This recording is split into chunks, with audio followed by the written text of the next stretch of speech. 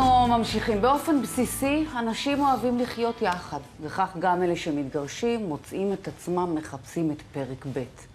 אבל, למרות שהם אמורים להיות חכמים בגלל הניסיון, זה לא תמיד מצליח. לפעמים הבחירה השנייה דומה מאוד לבחירה הראשונה שהם עשו בחיים. אילו שיקולים צריך לקחת בחשבון ואיך לא לחזור על אותה טעות פעמיים, אנחנו נשאל את דפנה בן דוד, שהיא מאמנת התפתחות אישית וזוגית, ואולי יש לה כמה תובנות בעניין. שלום לך. שלום, שלום. את מכירה את המצב הזה, נכון? אני מכירה אותו מקרוב. אותה גברת בשינוי אדרת. כן. אני חושבת שמה שאמרת קודם זה שהרבה פעמים אנחנו עושים את אותה בחירה. לפעמים ככה, זה נורא תלוי באיזה מצב אדם יצא לעולם החדש, לפרק ב'. יש כמה מצבים. בן אדם יכול להתגרש וזה יהיה חד צדדי, ואז זה משאיר איזשהו חותם על הדרך שבה תיבחר הדרך ההמשכית. יכול להיות שבעצם שני אנשים ישבו בסלון, אמרו, לא מסתדר, אנחנו ממשיכים הלאה. כן. וכל אחד יוצא בזרימה וברינה אל הדרך החדשה. ויש כאלה שגם חוו בגידה, גם כן משבר אמון מאוד גדול. זאת אומרת, את אומרת, עילת הפרידה היא מאוד מאוד משמעותית לבחירה אחר כך. אני חושבת שכן, אני חושבת שגם זה נורא משפיע על המצב הרגשי שבן אדם שהוא יוצא החוצה. הבחירה, הרבה פעמים, מה שנותן את הקו המנחה למה בן אדם בוחר בפרק ב', זה מה לא היה לו בפרק א'. זאת אומרת, הם יחפשו על סמך החסכים. אם לא היה לי תקשורת טובה וחום מבן זוג ראשון, אז אני אחפש אדם שיש תקשורת טובה וחום איתו. וזה לא טוב? אני לא מגדירה את זה כטוב או לא טוב, אני רק מראה שבעצם זה בעצם מה שהרבה פעמים מנחה את הבן אדם לבחור את הפרק ב'. זה נראה לי שזה הדבר הנכון לעשות. מה שפחות נכון זה לשכוח מה שהפריע לך בפעם הראשונה ולבחור בדיוק באותו דבר. בדרך כלל זה לא מה שקורה, בדרך כלל, שוב, אין לנו כאן סכמה שעובדת לכולם, אבל בסופו של דבר מה שכן קורה זה שאנשים חוזרים על הדפוסי התנהגות שלהם. זאת אומרת, גם אם אני אבחר בן אדם שהוא חם ותקשורתי היום, שלא היה לי קודם, השאלה היא איך אני מתנהלת אחרת. וכאן בעצם הנקודה שצריך להתבונן בה. כן. שכל אחד בעצם ייקח אחריות על מה שהיה קודם, להסתכל איך כל אחד יכול לשפר את הדרך שלו. כי אם לא, מה שקורה, הנה עכשיו יש לי זוג שהם שניהם פרק ב', ויש להם את כל הדברים שלא יהיו קודם. אממה, היא עדיין מנסה לשלוט עליו, והוא עדיין לא מתקשר את הרגשות שלו ואיך הוא חווה את החיים שלו איתה ובכלל. אז עכשיו אני עובדת איתו על תקשורת, לשפר את התקשורת איתה, ושהיא תשחרר אותו קצת, באמת תתן קצת כן. את הזכות שיש לו את החיים שלו כפי שהוא רוצה אותם. בעצם יכול להיות שאם הייתה עושה את העבודה הזאת קודם, אז מערכת היחסים לא הייתה נכשלת מלכתחילה? אני לא חושבת שהיא נכשלת, אבל כן, היא לא הייתה עולה על אותם המוקשים. דיברנו על המוקשים קודם, זה לדעת באמת לזהות אותם מראש, ולדעת איך לעשות ניתוח מעקפים. איך באמת אפשר לטפל בדברים, אנחנו נסתכל עליהם. הרבה פעמים אנשים יוצאים לפרק ב' וממהרים ליצור את האשליה הזוגית, התא המשפחתי האשלייתי, זאת מהר למצוא איזו זוגיות כדי להרגיש בנורמה, ולהמשיך ולהתקדם, ואז בעצם הם חוזרים על אותם הטעויות. כאן בעצם צריך את הפרק זמן הזה, לפני, מהא' עד הב', להתבוננות פנימית, באמת להסתכל איפה הייתי, מה אני יכולה לקחת אחריות, ואיך אני יכולה לעשות תהליך באמת של התפתחות ושל שינוי, כן. על מנת להגיע לשלב הבא. מה השלב הראשון בתהליך הזה?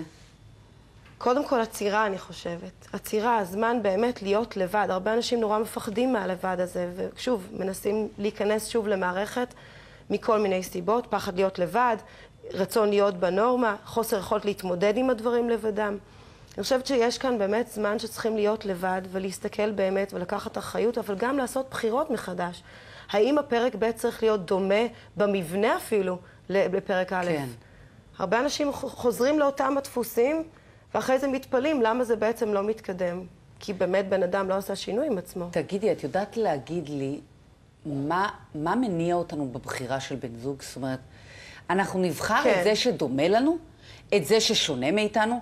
את זה שדומה לאבא שלי? אוקיי, אז ככה, נורא תלוי. אני אתן איזושהי תמונה כללית. שוב, אין חוק אחד משמעי.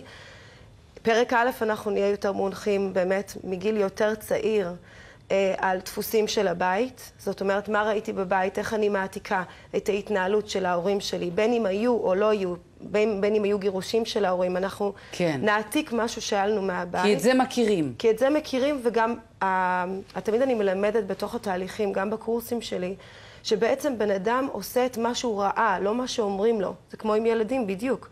את מסתכלת על ההורים שלך ואת עושה כפי שהם עושים. כמה פעמים אמרת לילדים שלך לעשות דברים ובסוף עשו את מה שאת עושה. כי אנחנו מעתיקים. אז בעצם אנחנו מחפשים או להיות דמות אם, או להיות דמות אב, ולהתנהל באותה צורה. בפרק ב', אם אנחנו באמת מסתכלים ואנחנו רוצים לבחור אחרת, אנחנו בעצם התנתקנו מהפרק הראשון, התנתקנו גם ממה שראינו מהבית, ממה שלא היה לנו טוב, כי כמובן לקחנו גם דברים טובים, גם בפרק הראשון וגם מההורים. וכאן אנחנו בעצם, מה שמנחה אותנו זה שלנו יהיה טוב. איכות החיים של הפרט הוא הפך להיות משהו שאנחנו מודעים לו, שאולי בעבר היה פחות חשוב. היה יותר חשוב באמת להיכנס לתוך המסד הניסויים וללכת את הצעדים. כן. היום אנחנו כבר מסתכלים יותר על מה טוב לי. כן. נדמה לי שהדבר הכי חשוב שאמרת זה עניין האחריות. נכון. המערכת אומנם התפרקה, אבל יש פה שני צדדים למערכת הזאת. ולמרות שהוא ככה והוא ככה והוא כזה והוא כזה, כנראה שאת היית גם כזאת. והשאלה היא מה היית בדיוק, נכון? בהחלט, צריך להסתכל קודם כל ברמה התקשורתית. אפשר לעשות את זה לבד? בהחלט, אני עשיתי את זה לבד. אני מאז שראיתי אותך פעם אחרונה, אני הצלחתי להתגרש ולעבוד. מה את אומרת? כן, הצלחת. הצלחתי להתגרש, כן. זו בחירה מעניינת של מילים. הצלחתי להתגרש, כן, כי זה משבר. זה לא משהו שעושים אותו, אני לפחות לא עושה אותו ככה, כי אני לוקחת אחריות ואני מסתכלת, ויש לי גם ילדים, ואני מסתכלת על הבחירה הזאת ואני אומרת, זה יותר נכון לי להיות במקום אחר, וגם לגרוש שלי, לשנינו זה יותר נכון, אבל זה יוצר קרע, ומתוך הקרע הזה לבדי, הלכתי וקראתי את הקריאת ים סוף של עצמי, והלכתי ולמדתי איך נכון לי, מה נכון לי, עם מי נכון לי, ורוב העבודה הזאת נעשתה לבד, בלי בני זוג, בלי אשליה, בלי שום דבר, התמודדות שלי עם עצמי. וזה מה שאני מאמינה שגם נכון, ואני רואה שגם זה עוזר לאנשים שבאים אליי. כמה שנים הייתם נשואים? היינו ביחד עם החברות כן. 8.5 שנים. לא מעט זמן. והיום אחרי שלמדת והבנת, את עדיין חושבת שזה היה צעד נכון? זאת אומרת, יכול להיות שאם היית לומדת ומבינה לפני, זה היה מונע את הפירוק? לא, אני חושבת שהבחירה לא הייתה נכונה מלכתחילה. ממה היא נבעה? הבחירה שלי? כן. Oh, I didn't know he was talking about me, אוקיי. אני חושבת שגם כן, כמו שאמרתי, דברים שראיתי מהבית, גם הוא, אם אני מסתכלת, גם דברים שהוא ראה מהבית, רצון באמת להיכנס לתלם, להיכנס לתוך המסגרת הנורמטיבית, והרבה פעמים אנחנו מעלימים עין על הדברים שלא מסתדרים, ואומרים, עם הזמן זה יסתדר, אבל הבעיות האלה בעצם מתעצמות, הן לא נהיות קטנות יותר. ואז בעצם אותה סיבה שבעצם רצית להיות עם אותו בן אדם, בעצם הופך להיות אותה סיבה שאת רוצה להיפרד ממנו. והיום הבחירות שלי הן נעשות ממקום מאוד מאוד אחר. זאת אומרת, היום אני באמת חושבת על מה טוב לי, מה נכון לי, מה נכון לי מבחינה תקשורתית, מה נכון לי מבחינת התפיסה שלי של זוגיות, כי התפיסה שלי כבר לא אותה תפיסה. במילים אחרות את אומרת לי שכל אחד שמתגרש צריך לעשות את התהליך הזה. תראה, אני מאמינה שכן, גם אפילו חברים שלי שהם גרושים, שאני רואה את הפציעה שלהם. אני רואה כחברה שלהם, אני רואה את הפציעה שלהם ואני רואה איך הם נמנעים מלהרגיש או נמנעים מלבנות קשר, כי הם עדיין לא טיפלו בפצעים שהיו, או בעצם באמת לקחת אחריות. הרבה אנשים רוצים להמשיך הלאה, ואני חושבת, האם הם באמת חושבים הלאה? האם אתה באמת רוצה להזדקן לבד? או 10 שנים מהיום אתה תתעורר ותגיד, אולי היום אני רוצה פרק ב'. זה משאיר המון משקעים, צריך להסתכל על זה, צריך באמת להתבונן ולקחת אחריות גם על זה. ולהגיד, אוקיי, אם הבאתי את עצמי עד הלום, איך אני הופך את זה לתהליך של התפתחות וצמיחה. כן. וזה אפשרי בהחלט. יש הבדל בגילאים שזה קורה? יש הבדל בגילאים, זה נורא תלוי כמה זמן היית בתוך מערכת יחסים. גילאים זה אומר שהרבה זמן היו בתוך היחסים, במסגרת היחסים. שוב, זה נורא תלוי מה גרם להם להיפרד. במצב הנפשי והרגשי, כי הרבה פעמים נשים יכולות לצאת ממערכת יחסים אחרי, נאמר אפילו 20 שנה, והיא תגיד, אני רוצה את החיים שלי, אני לא זקוקה לבן זוג, אני עכשיו יוצאת לדרך חדשה, אני רוצה ללמוד, אני רוצה להתפתח. לא כל כך מעניין אותי. אני רוצה לנסוע לחו"ל, אני רוצה חברות. העניין הזוגי הרבה פעמים פחות חשוב. זה נורא תלוי בשלב בחיים. אם היא כבר עם נכדים, אם אחרי זה היא רוצה רק חבר לברידג' ולנסוע לחו"ל ולסרט. זו הייתה סטיגמה. היא פשוט הכניסה אותנו לריבועים. לא הכנסתי. אמרתי, זאת אפשרות. בגילאים יותר מבוגרים זה ברידג' וחו"ל ונכדים וזהו. את לא משחקת ברידג' נעמי? לא. מאיפה יש לך זמן, תגידי?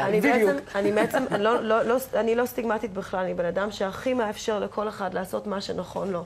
בפירוש אנשים באים אליי ושואלים אותי, האם אנחנו צריכים לגור עכשיו ביחד? ממש לא. אני חושבת שכל אחד צריך לעשות מה שנכון לו. אני חושבת שפרק ב' דווקא זה יכול להיות מאוד בריא, שכל אחד חי בנפרד, ומוצאים את הדרך ליצור משהו חדש. סתם נתתי איזושהי תמונה. אני חושבת שכל אחד באמת בתוך שלב שלו, שכל אדם בחיים שלו צריך לעשות בחירות נאמנות באמת לעצמו, ולבחור מה חשוב. אותי מעניין לדעת מה יקרה למסגרות המשפחתיות המסורתיות בעוד נגיד 50 שנה. האם יהיה רטרו למה שהיה פעם, שנשארים כל החיים ביחד, לא משנה מה, או שזה ימשיך להתפתח ולהפוך להיות עוד יותר מורכב ממה שזה היום? אני חושבת שזה נורא נורא תלוי במה יקרה מבחינה תקשורתית איתנו. אנחנו נמצאים כעיקרון בעידן תקשורתי לכאורה.